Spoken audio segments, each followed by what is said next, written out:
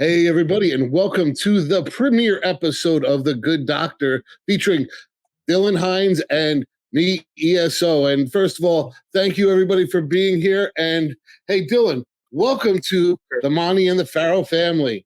What's going on, man? Doing all right. Just working on a bunch of different projects and stuff. And of course, I just added another one doing this podcast weekly and everything. So pretty awesome, No, I'm excited. It's excited to meet you and get to know you a little bit better. And I figured I could start this off by maybe like asking you a couple little questions, getting to know you a little bit better, and what it was like growing up in the business. First of all, tell the family a little bit about yourself.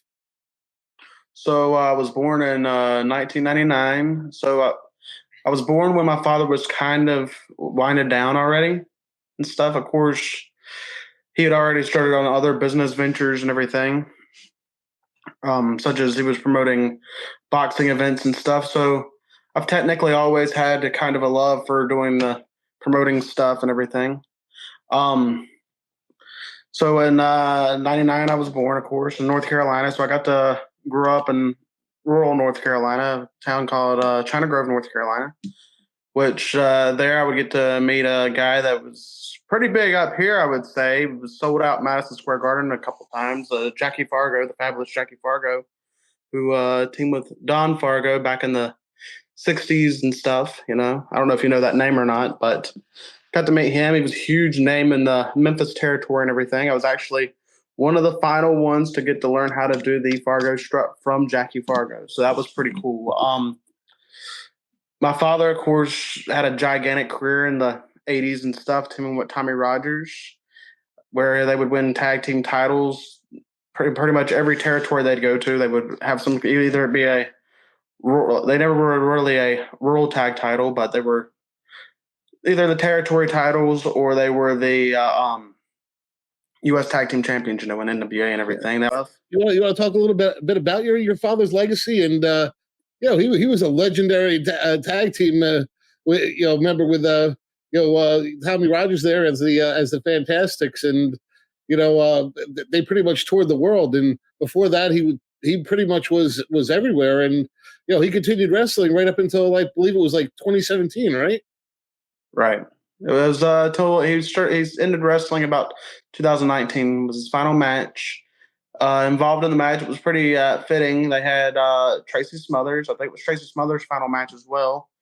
He was involved in the match, as well as superstar Bill Dundee. I believe it was Bill Dundee's final match as well.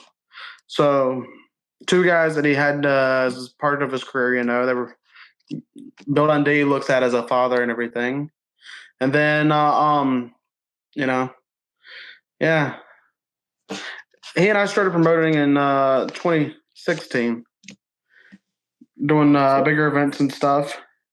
He'd been promoting forever, though, since 1977. When he started wrestling later that fall, his father would start promoting. I believe they were called they were called Big Time Wrestling at the time, also, but they were also called the IWA out of Southern Ohio. And they were kind of a drift off, I guess, of the not a rip off, a drift off. They were not a sequel, whatever, to the territories that were in that area, but they were they would use the same talents and stuff. So where he had Hank and Roger Vest involved with his events and stuff, they were also involved with the territory that they ran. The Vest had a territory there as well. And then he also had Fred Curry involved with some of the events and stuff, which he was a star for the Sheik's Big Time Wrestling, which was huge in Ohio at the time. They had the Detroit territory, of course, and everything. Yeah. So 1977, he got a start, and he was 1979. He started wrestling for a major organization. His first major organization actually wrestled for was the WWF. And he was always pretty much a tag team specialist from the beginning, it seems like. Not necessarily. He did a lot of singles matches and stuff as well. He's always said that he was actually a better heel than a babyface, which later on this episode we'll talk little bit about that. A couple fun facts that some people, never knew. Huh. So, growing up, obviously you grew up later in his career, but what was it like growing up behind the scenes in the business? It was pretty cool. I remember the American Dream Dusty Rhodes, whose son's Cody Rhodes, and everything. I remember Dusty Rhodes walking into a locker room when I was real little. I was probably 4 or 5 years old.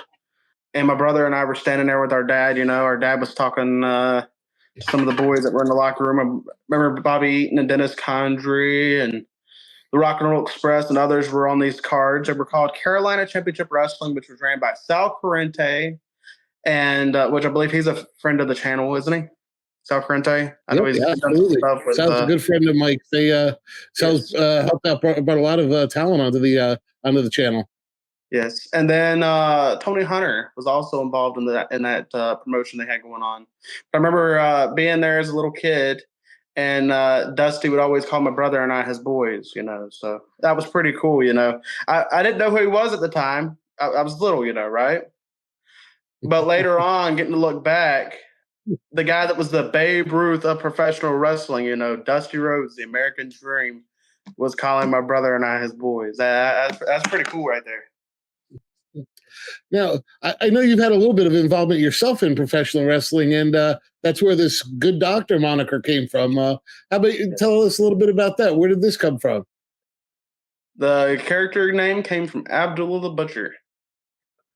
So for a while, I would represent Abdullah at some of the bookings and stuff because Honest John had retired at the time, who was his agent for like up until pretty much Honest John's death. He was still involved with Abdullah the Butcher.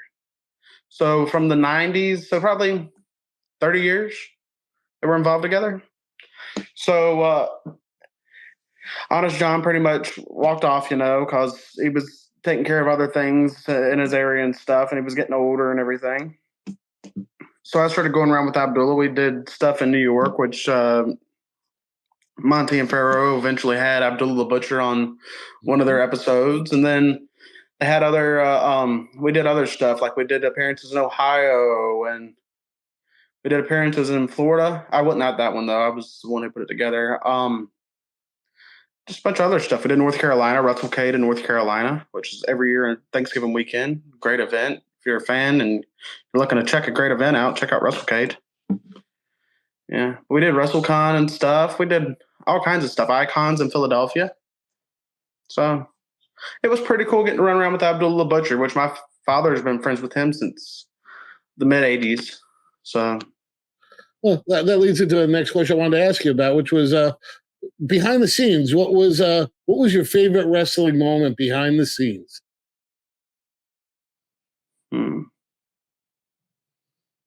Behind the scenes, probably the friendships I've got to make.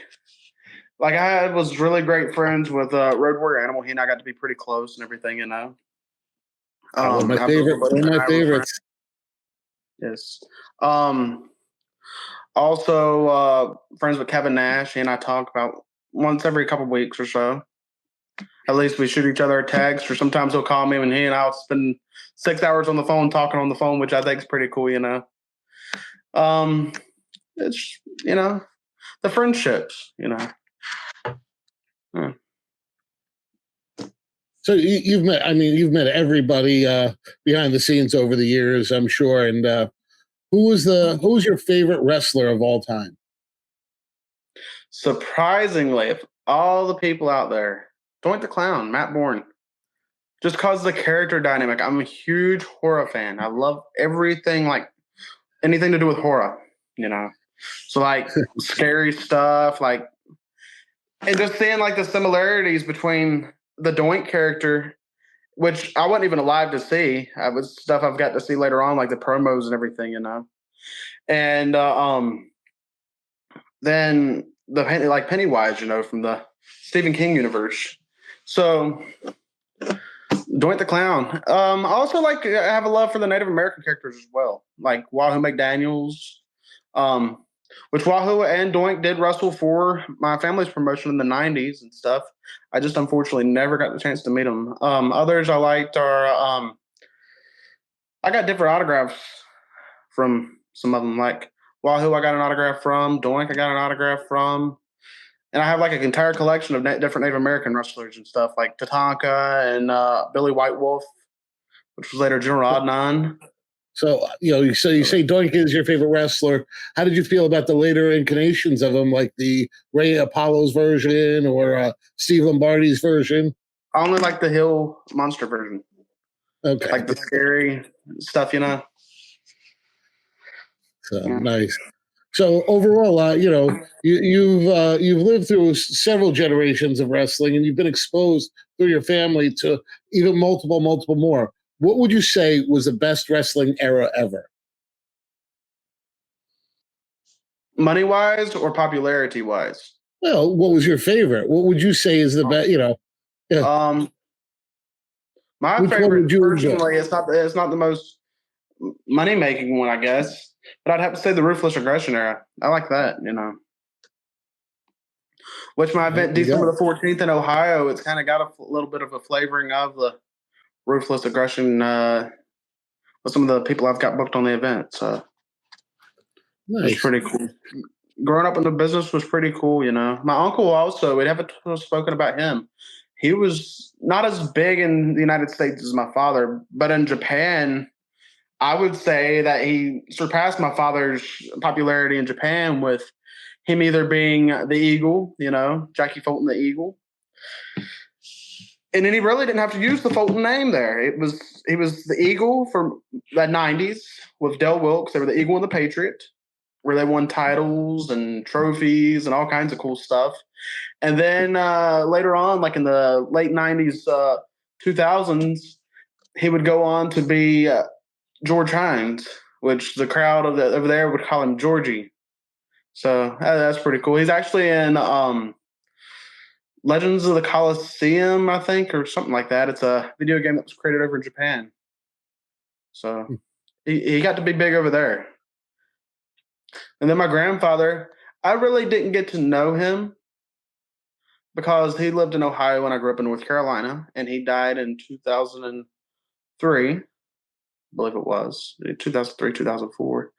But he was a gigantic promoter for Ohio, so it's pretty cool. He was the reason where we are today with the Fan Fest and everything. He's the one who started all of it.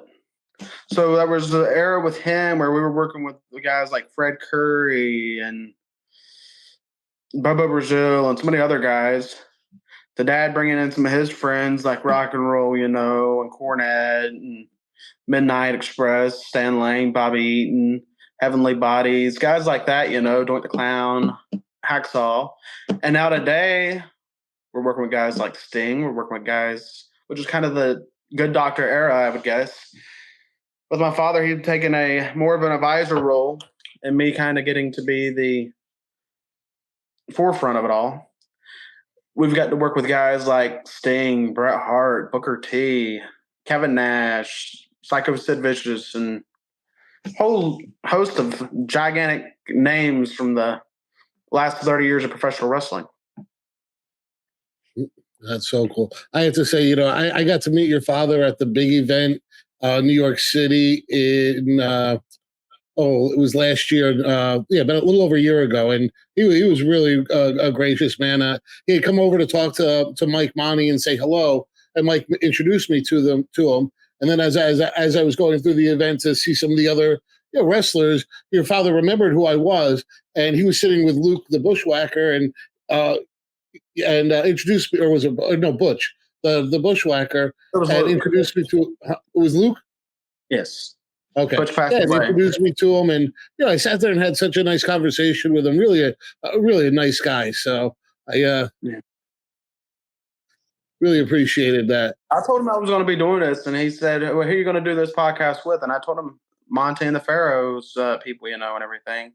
And he was really happy about that because he knows the Monty and the Pharaoh people are good professional people, everything's straight, and Because there's podcasts out there, where we're not going to talk Oh, I about the know. dirtbags, but there's dirtbag people out there. I think one's in the Boston area. I ain't gonna really mention his name because he ain't gonna get a promotion off me. But the guy over in the Boston area, dirtbag. But he was happy I was doing something with Monty and the Pharaoh. So that's cool. Yeah. Well, I can't wait to see him again. He was I know he'll be out on the tour somewhere again, and really a good dude. So well, listen. I don't know if you're a big sports guy, but I don't know if you know, but we lost two legendary sports figures today. It was kind of a sad day. First it was Dikembe Mutombo, and he no. Finger waving back in the day. It was a big part of my basketball childhood. I know it was a little bit before your time, but you probably would remember him more from the commercials, the Geico commercials, as they came through. And then also, we lost Pete Rose, which if there's ever anybody that should have been in the Hall of Fame, that's somebody who should have been there. And you might have probably you actually you've done conventions and stuff. You might have met him over the course of time. But my father, because he grew. Sorry about that. Hold on 1 second. You got it. Mother was calling.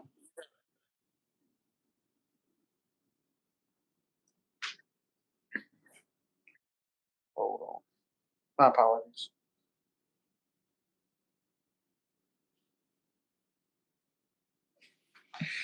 My apologies for that. So my father grew that's up. Why we're doing post. Yeah. So my father grew up in Ohio. So he was a gigantic fan, he was a kid during the 70s and everything, 60s and 70s. He grew up with the Big Red Machine, which, wild enough, this past weekend I saw on Facebook that they had Pete Rose and the rest of the Big Red Machine guys. I can't think of all their names, but I know Johnny Bench was also there. They had like 5 or 6 guys there. But it was in Tennessee, in Nashville, Tennessee. And all of them were there for a signing, and Pete Rose made it because they were talking about him being there yesterday. And today you look online and he's gone. So it's sad. One of the true icons and legends of the sport of baseball, and also a WWE Hall of Famer. Can't forget about that. And unfortunately, he's passed away. So. Now it's going to be the sad thing is when we're going to see him actually inducted into the MLB Hall of Fame. And honestly, that's all the guy really deserved during the last 35 years of his life. And unfortunately, he never got his just due. Well, I was talking to my dad about that, right? And if I was Pete Rose's family, now when they contact for the Hall of Fame, because all that is going to be the MLB making money off of it, right? Yeah. Am I right or wrong? It will be, but hopefully that might be a hot take. But if I was in the Rose family, I would turn it down. Just like if someone was to contact me to duck my dad into a Hall of Fame posthumously, I would turn it down because it should have been that person's moment. Like everybody's saying something about Sid Vicious should go in the Hall of Fame now since he passed away and all that stuff because he wanted to be in the Hall of Fame last year. They should have inducted him when he was alive. It's kind of them flowers while you live. What's the point of giving them when the person's gone, Well, that's part of the problem with the WWE Hall of Fame is it's really a popularity contest, and it's who's popular with the office at the time, or sometimes they just more of a political contest. It's more political. It's absolutely. Whoever is, it's not popularity because hell, there's millions of guys out there we'd love to see in a Hall of Fame that haven't been inducted yet. Yeah, absolutely. Like Ivan Koloff should have been inducted in that Hall of Fame. The guy who ended the historic Bruno Sammartino title reign should have been inducted in that Hall of Fame while he was alive. Unfortunately, Bill Eadie's still here with us, and he should be in there. Yes. Randy Savage should have gotten that Hall of Fame while he was alive, whether they had to induct his father and brother, into the Hall of Fame or not. Randy should have been in the Hall of Fame while he was alive. Imagine the Hall of Fame speech that he could have made for himself. Yeah. And then all these other greats that we are able to look back at over the years and stuff, who never truly get their just due, because when they go in the Hall of Fame, it's when they passed away. So we're not getting to hear their story, how they made that journey to get where they were able to be at. You know, because no one could tell the story of climbing the mountain better than the person who climbed the mountain. Oh, absolutely, Yeah, absolutely. I can. I'm a big history buff. I can read stories all day about Daniel Boone and all these other historical figures, but it'd been better to have heard the stories from them. If they would have been able to write down their stories and everything they lived through and everything, which is important about these wrestlers writing their books and doing these interviews and these podcasts and stuff. They're able to tell their stories, and their legacy lives on through them. They get to share those moments that got them to be, who they were, the legend, the icon. So, I over the past week, there's been the big talk in wrestling right now is the Vince McMahon documentary, which got released about a week ago. Have you had a chance to check any of it out? I watched the entire thing. So the beginning, I thought it was wild. He talked about how he was, I think he was 16 years old, 17. I might be wrong. Correct me if I'm wrong. When he was hanging out with Dr. Jerry Graham, which, funny enough, I watched that and had a chuckle and a laugh, because my father, when he was 16 and 17, was hanging out with Dr. Jerry Graham. So it's pretty wild. He even came to my. So he was in Chillicothe and went and was working for a territory and spent all his money on, I believe, alcohol or whatever, not to talk negative about people who have passed away and stuff, but I believe that's how it went. And my father invited him to go eat at Pizza Hut. Well, by the time they got done eating at Pizza Hut, there wasn't enough money to pay for all of it, because he kept having beer after beer after beer after beer, Dr. Jerry Graham did. Well, after doing that, he needed a place to stay at. Well, he ended up staying with my grandma Hines and my grandpa Hines, which my grandma Hines was scared that, because Dr. Jerry Graham was a big guy, right? She was scared he was going to bust like the shower, because the shower, the linoleum and everything, him getting in and out of there, he was going to bust the shower. He ended up staying there, I think, for a week or whatever, until the next date for the territory was. And when he would wake up sometimes, he'd ask my dad, "Where are we at?"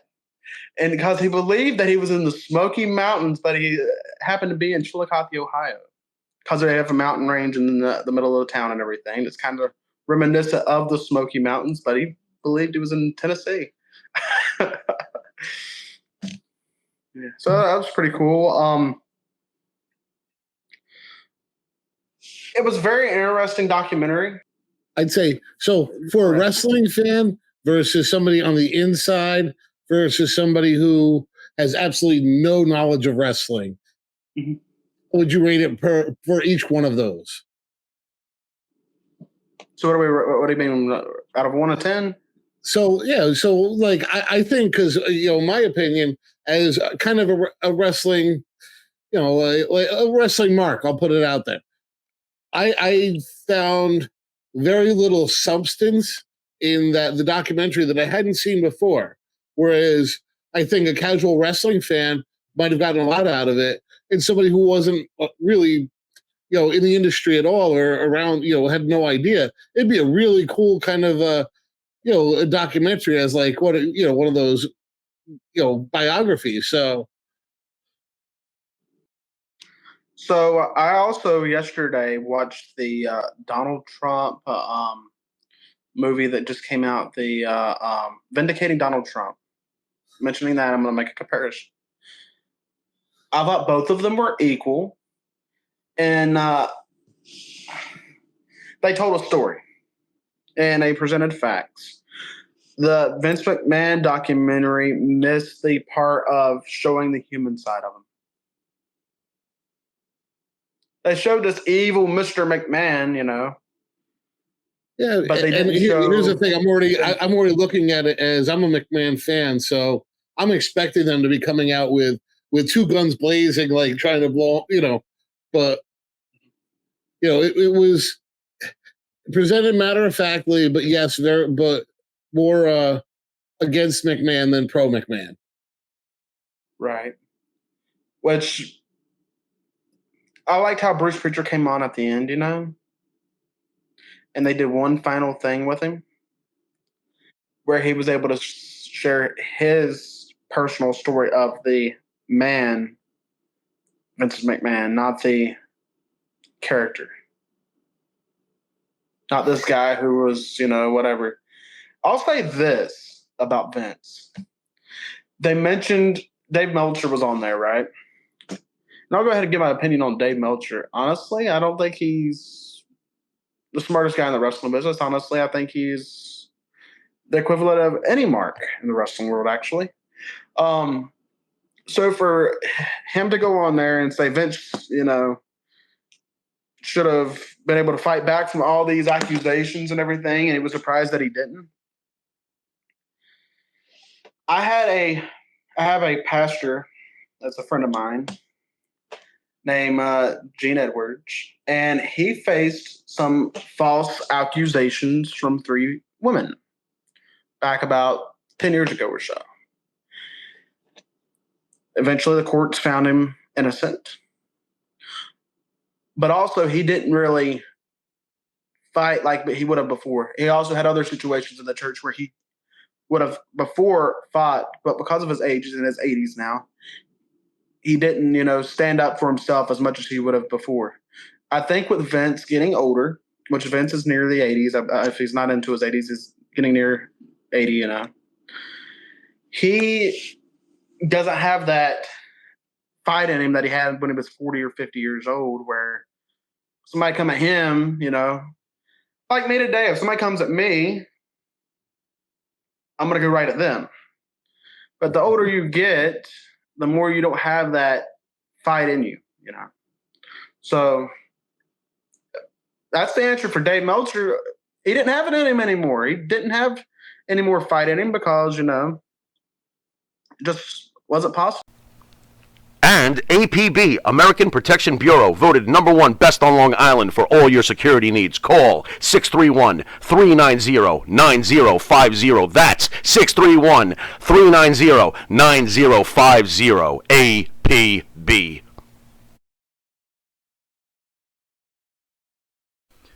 You need a body shop? You need engine repair? Auto Excellence, Collision Specialists, 631-261-6420. That's 631-261-6420. Auto Excellence. I'm Rosa Mendez, and I'm here at the #1 Long Island broadcast, Monty and Pharaoh. I had the best time ever! Hey, listen, Daddy, you're listening to the #1 broadcast, Monty and Pharaoh, Daddy, in Long Island. The best pro wrestling broadcast of all time, I think. Jimmy, I got to tell you, man, it feels good to be back on YouTube. It was quite disappointing what happened to us, but we bounced back fairly quickly. Well, what else would we do? We're almost at 5,000 subscribers. Well, speaking of that, man, we need more members. Okay. What do you think we need to do to get the people of those 5,000 subscribers to come on and join the team as a Monty and a Pharaoh member? Nudity is out of the question. Any other ideas? I don't know, man. I don't know. But what I do have a few ideas. Well, just like Prel, they should tell 2 friends, and they could tell 2 friends, and so on and so on. Hit the like, hit the subscribe. Check out all our content. But that's, you know what? That's why you're the star of the show, because guess what? Members get special content. Even we spoke about it. Pharaoh came to me one day and he goes, man, what's the deal? I can't even watch some of these videos because I'm not a member. And I said, there you go, Pharaoh. You got to be a member because this is what the members get. They get free content Nice. that none of the other fans that watch this show get. That's right. You get free autographs from some of these wonderful stars that come in, right? Nice. All you do is you go to the MNP webpage, or right, our own page, and shoot us an email and say, hey, man, I want a picture of Tommy Rich. I want a picture of whatever. And boy, that's on its way. We give them their choice. That's right. We rock. We do rock. And you need to rock too. Join. Wasn't able to happen. No, I have my own opinions on the whole way this thing is going on, and I'm just amazed that it's possible for a 40-year-old woman who's very well educated, lives a good life, has a beautiful apartment, a beautiful boyfriend, lots of money ahead of time, is able to get sexually trafficked. Mm-hmm. That just doesn't make sense to me. Do I think they had a couple flings?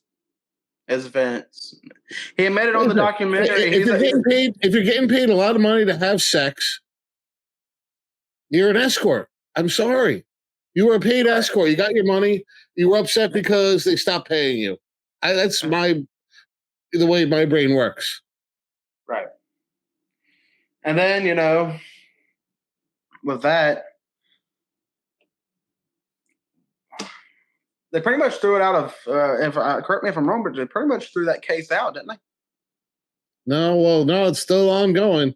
They're waiting for there's a stay on it right now because they're looking into the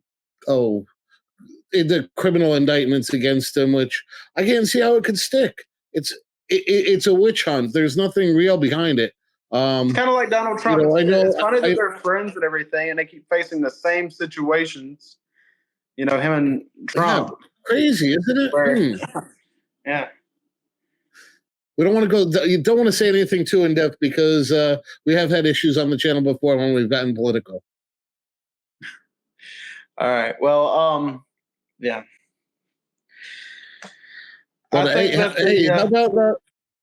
Do you keep up with the new the modern stuff that's going on in wrestling?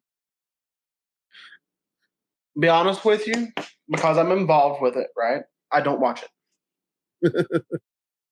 No, I get it. It's kind of like asking a police officer, "Hey, man, do you watch Cops?" No, because when I'm at home, be honest with you, I watch very little TV. If I watch TV, it's either Everybody Loves Raymond. Every once in a while, I'll turn on the King of Queens. I'll watch Andy Griffith show from way back in the 60s, 70s. And then I'll watch every once in a while the Honeymooners, Jackie Gleason. And then I like the Archie Bunker, and I like the Sanford and Son. So yeah, could you imagine if they tried to do it All in the Family now? Do you think All in the Family would be possible now? I think we need it. Get us all to open our eyes again. Like a revival. Absolutely. Let's put the Jeffersons and All in the Family back on the air. Two great shows. Yeah. And we need all them shows back, and I'll tell you why. The stuff they're showing on TV nowadays is pure trash. It really is. It really is. I don't know if you're religious or not, but my opinion of this is all these things that keep going on and everything. On this show, I'm not just going to talk about wrestling. I want to talk about all kinds of stuff. So, absolutely. I think a lot of it has to do that we've turned so far against God. The thing was, I was talking to somebody the other day. 9/11 happened, right? Do you know what happened on 9/12? What happened? 9/12. All the churches were packed out, right? And everybody was united. Whether you were Democrat, liberal, Christian, whatever, whatever you were united. Everybody in the world was united. I can tell you the flag stores with people trying to get an American flag made in the USA. They were out the door. I mean, like ridiculous. It was absolutely insane. And it did. It was a big uniter of America. And I hate to say it, that we need to unite as America again, but I don't want it I don't want some major tragedy to have to push us to that point. Yeah. And with all, like, right now, everybody's talking about, like, Western Carolina and that entire area, they got just hit by that storm. There's 1,000 people missing currently and stuff. And they've reported 100 deaths so far, which I was talking to my dad yesterday about it. And I said, 90% probably of those, and I hate to say it, if you lost somebody in that thing, and I'm sorry for saying this, but I would say 90% probably are gone. Because how do you get out of a flood? You can't. When you wake up and your house is full of water, you're not waking up. Just scientifically impossible. If they were in their house and the water hadn't got in there yet, the water was already rose like it has. I'm sure you've seen the videos and the pictures of how Western Carolina and Georgia and all these places looked. The water's just going to rush in on you and you're going to collapse. Your body's going to collapse and you're just going to be smothered by the water. I don't see a lot of those people, being found. Ever. But I've talked to people who knew people in the 9/11 situation, right? I was in New York. Body parts. I'm an hour north. Body parts and stuff, but they're never going to find the people alive. They're going to find like maybe an ear or a bone or something, where they're able to trace the DNA and stuff, like they did with 9/11. But they're never going to, unfortunately, that place is entire loss. I've seen groups out there that are going to be sending stuff to the Western Carolina and Tennessee and all that area, to try to help those people out. Which I'll ask you this, and I think it's great that they're doing all that, but I'll ask you this. Do you not think there's something more behind all of that going on that meets the eye? How many times have we heard of a storm doing the same track that happened with this hurricane? Yeah. How many times have we heard hurricanes acting like this one did? We really have. We see them come in that same path, but this one, to go through the Gulf. How many times does the hurricane affect Ohio? I'll ask you that one. Cincinnati, Ohio. How far it went in? North Carolina got crushed. Yeah. So the question is, I think there's a lot more going on than meets the eye. Something's really going on. Like they're getting ready to 12:01 a.m. Tuesday. They're saying that they're going to be doing a strike. By the time this airs, it might already be done. But they're doing a strike with these ports and stuff. I think there's a lot more than meets the eye than, scary situation. And our country's, and for some, I don't know. I don't know what's going to happen come November. But our country currently has been shaken up where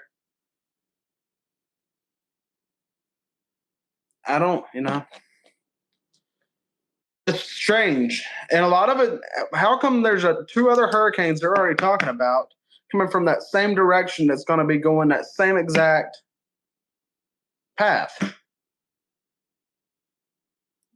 Now, if I wasn't someone who studied science and everything, right, I would say, okay, that's possible. But 90% of the time, there's 10% chance that sometimes it'll follow that same exact path. But 90% of the time, a hurricane's not going to follow the same path and go all the way inward like we got with this past storm, and like they're talking about coming this weekend. There's going to be another storm that hits Western Carolina and stuff. If, it's sad. It's a shame. But I think that a lot of things are man-made nowadays. I think that these hurricanes are partially man-made. I'd have to believe that. And what's your thoughts on that?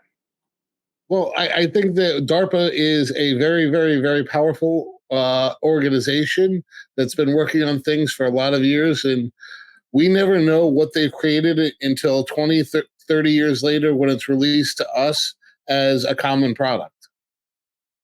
Like COVID. Had the COVID situation, right? What's your thoughts on Well, COVID, Issa? that whole COVID thing was kind of crazy because I had a friend of mine that was doing podcasts very early in COVID, and he was on the he was very, very well connected, and he's like, this makes zero sense. Why is there a Wuhan Institute of Virology that is studying COVID, and they're saying that it's coming out of this wet farm or this wet market, when wet markets have been in place for almost 2,000, 3,000 years, and there's never been a serious outbreak of something like that before. But now, all of a sudden, there was. It just so happens that down the street, there's a place that researches the COVID virus. I don't know. I was talking to Kevin Nash, I think a week or so ago. He and I were talking about it, right? We call both of us call complete bullshit on it being just a scientific science, Nothing was controlled about it. There was No, it was obvious from the beginning. Bill Gates had a meeting in Central America in 2019 discussing what would happen if there was a global pandemic, right? Because they're trying to figure out how to take care of society, how to take care of these problems that's going on, the hunger problems, the issues with global warming, all this stuff, right? And the question that was proposed is what would happen if there was a global pandemic, right? What sickness was looked at during this, Issa? What was the sickness that was looked at?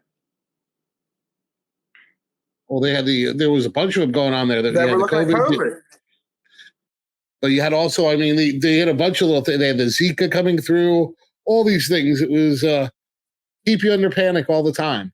But the Bill Gates Foundation and all those people that were doing that meeting, the pandemic that they were looking at was what would we do? How would the COVID as a pandemic affect the globe, right? Globally. Yeah. What would be the global effects of it?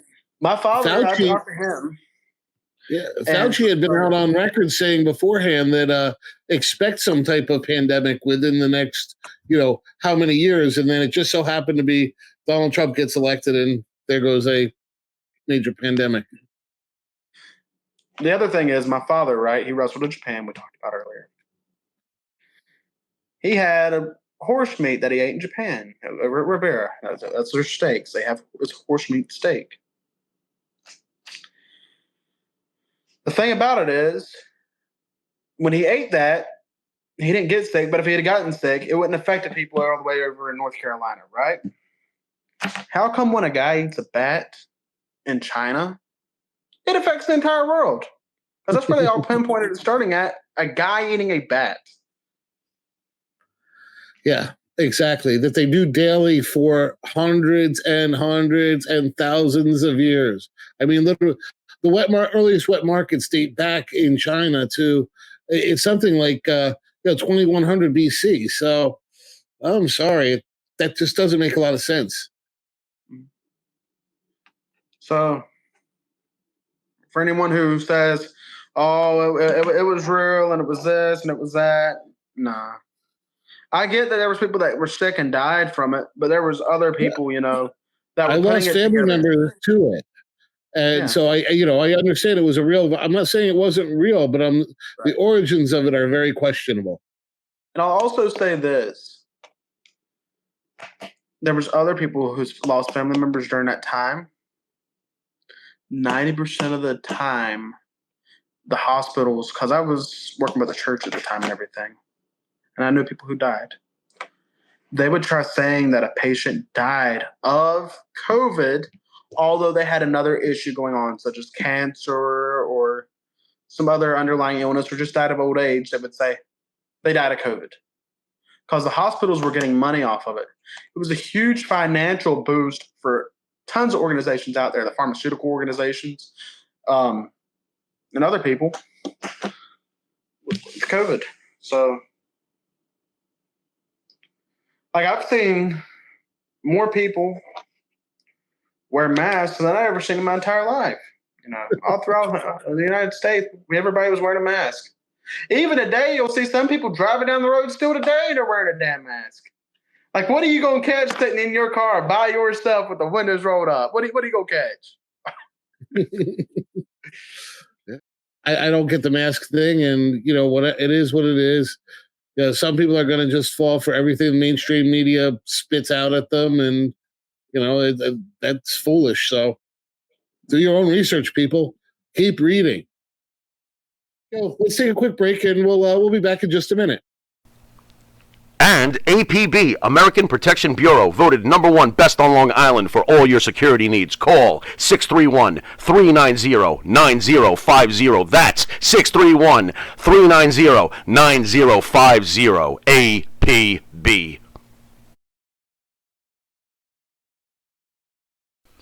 You need a body shop? You need engine repair? Auto Excellence, Collision Specialists, 631-261-6420. That's 631-261-6420. Auto Excellence. Jimmy, I gotta take a dump. What? No, I mean I need a dumpster. Well, for all those needs, you need to call Big V Dumpster Rental, Long Island, New York, 631-900-DUMP.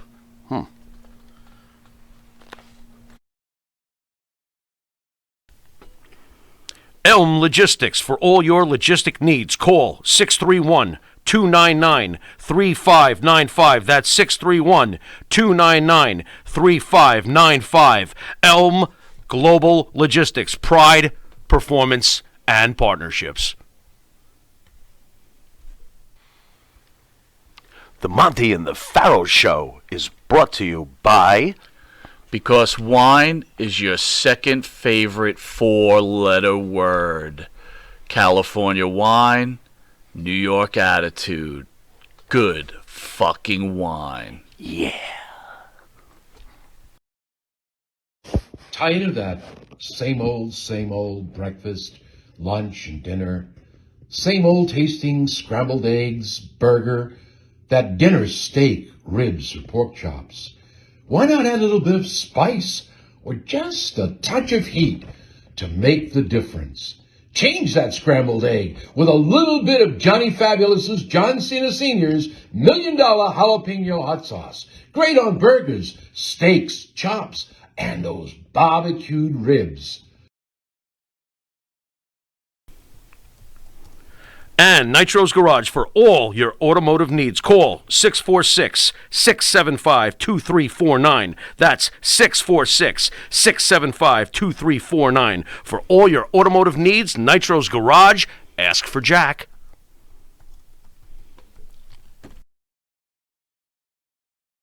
Do you treat your dog as part of the family? Well, so do we. So why not celebrate your pup's birthday with the ultimate party box? Check us out on Instagram, Twitter, and Facebook at Party Pup Info, and let us make your pup's party or any celebration perfection. M&J Video Games and Collectibles. Sport and non-sport cards, wrestling items, autographed items. We buy, sell, and trade. M&J Video Games and Collectibles, located at 1049 Queen Street, Southington, Connecticut. Call us at 1-860-479-9223 or 860-93-GAMES. M&J Video Games and Collectibles. So, hey, everybody, and welcome back to the Good Doctors Podcasts. So, listen, Dylan, I want to do a section of the podcast where we talk a little bit about, you and, have the fans send some questions in for you on, modern wrestling product or, maybe if they want any advice on life, whatever it is. Well, first thing I want to ask you is, what do you think of the current state of the wrestling product in general? Right now we're at a boom, which is kind of what we were in the 90s, where wrestling's being packed out everywhere. I'm selling more tickets for my December event pre-sale than I had in a long time, So, and I've been packing them out. I've been getting 7,000 people to come to some of my events. So wrestling keeps getting out of boom. I know they talk about global recessions, economic recessions, all that stuff that we're just currently facing, but we're also seeing the, wrestling's at a gigantic boom where You think WWE it's packs maybe out everywhere they saturated? go. Huh? You don't think the product may be a little bit too saturated nowadays? No. Because WWE shows the WWE product. AEW shows their product. It's similar, but different. TNA kind of is their own little thing, Then you got the NWA, which is more for the old school studio style wrestling fan, And then you got all these independents out there where it's really good. What do you think of the state of the tag team wrestling right now? There's some good tag teams out there. I guess I don't really watch it though, so I couldn't give it a straight answer on it. I guess there's good tag teams out there. I went to the SummerSlam in Cleveland. That was the last time I watched wrestling, other than my own events. And I was involved with the Crockett Cup last year. I was one of the producers for it. NWA's Crockett Cup in Winston-Salem. There's some good tag teams out there if you know where to look at. Like NWA's got great tag teams. At that time, they were working with guys like Murdoch and Mike Knox were a team together. Of course, they got Ricky Morton involved there, and my father's been involved with NWA. And who better to learn how to be a tag team than from them two guys? You walk up into the, backstage and say, "Hey, what do you think about this? And how can we change that?" And all that, WWE's starting to get a little more edgy, which is good because it was time. Like they were talking about in the Vince McMahon documentary, we talked about it earlier. As they were talking about it, as society changes, wrestling changes. We're living in a time where there's more edginess all around us, right? Where, things that 10 years ago wouldn't have been normal to talk about, people talk about it now. More people are apt to talk about sexuality nowadays than they've been in the last 20 years, probably. You see it all the time on TV, some kind of sexuality going on. So as society changes, there's more of a change for wrestling.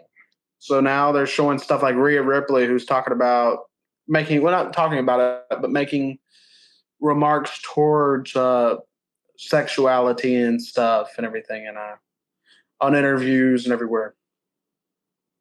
So, yeah, wrestling's definitely changing, but it's getting better. You see, they're selling out everywhere. Oh, nice. Well, listen, we have to start to get out of here. What do you have to promote for this week? What do you have upcoming? At the end of October, I got a bunch of stuff going on. I got October the 26th. I got Scott Steiner that's going to be at Icons of Wrestling in Philadelphia at the ECW Arena. I also have Booker T that's going to be with me over in Minneapolis for Midwest All-Star Wrestling, I believe they're called. And that's for Women and Nations. Booker T and I are going to be out there for that. November the trying to think of the exact date, 16th, I'll be in Springfield, Massachusetts for the Wrestling Classic 5. I'll have with me John Bradshaw Layfield, Gerald Briscoe, Jimmy Valiant making a rare Northeast appearance. We really don't get up this way a lot, and he was a huge part of the Madison Square Garden history and all that stuff. The WWF with Johnny Valiant and Jerry Valiant, and then we got Victoria there, Scott Steiner, Shelton Benjamin's going to be there. And I believe that's all for that event. And then December the 14th, World Classic Professional Big Time Wrestling returning to Southern Ohio for a gigantic match card, gigantic day of wrestling with a fan fest from 12 to 5 p.m. featuring the likes of Jerry the King Lawler, who will be doing a first-time ever reunion in Southern Ohio with superstar Bill Dundee. We're going to have the Steiner brothers there. We're going to have legendary women of wrestling will be there. Different women like Deborah and Melina and several others. We'll have tag teams there like the Headbangers, Demolition, Godwins, so on and so forth. It's going to be a great day of wrestling. Already working on the March event for which will be the next one for Southern Ohio. I'm not going to announce who's there yet, but I've been working on the talent that I got booked for 8 years. And then I have Hulk Hogan for a private signing in January. So lots of big stuff going on in the world of the Good Doctor. Nice. So just want to promote the channel. Obviously, every Thursday night at 9 p.m. we have the Monty and the Pharaoh variety show that comes to you, live. It's on Twitch, it's on Facebook, it's on YouTube, and there's lots of other shows on the network, including this one, The Good Doctor, and then we have Dan and Benny in the Ring. We have True Crime with the player and the bad girl. There's lots of stuff coming, and there's lots of stuff upcoming. And I'm going to send it back out to Dylan and let him send us out for the night.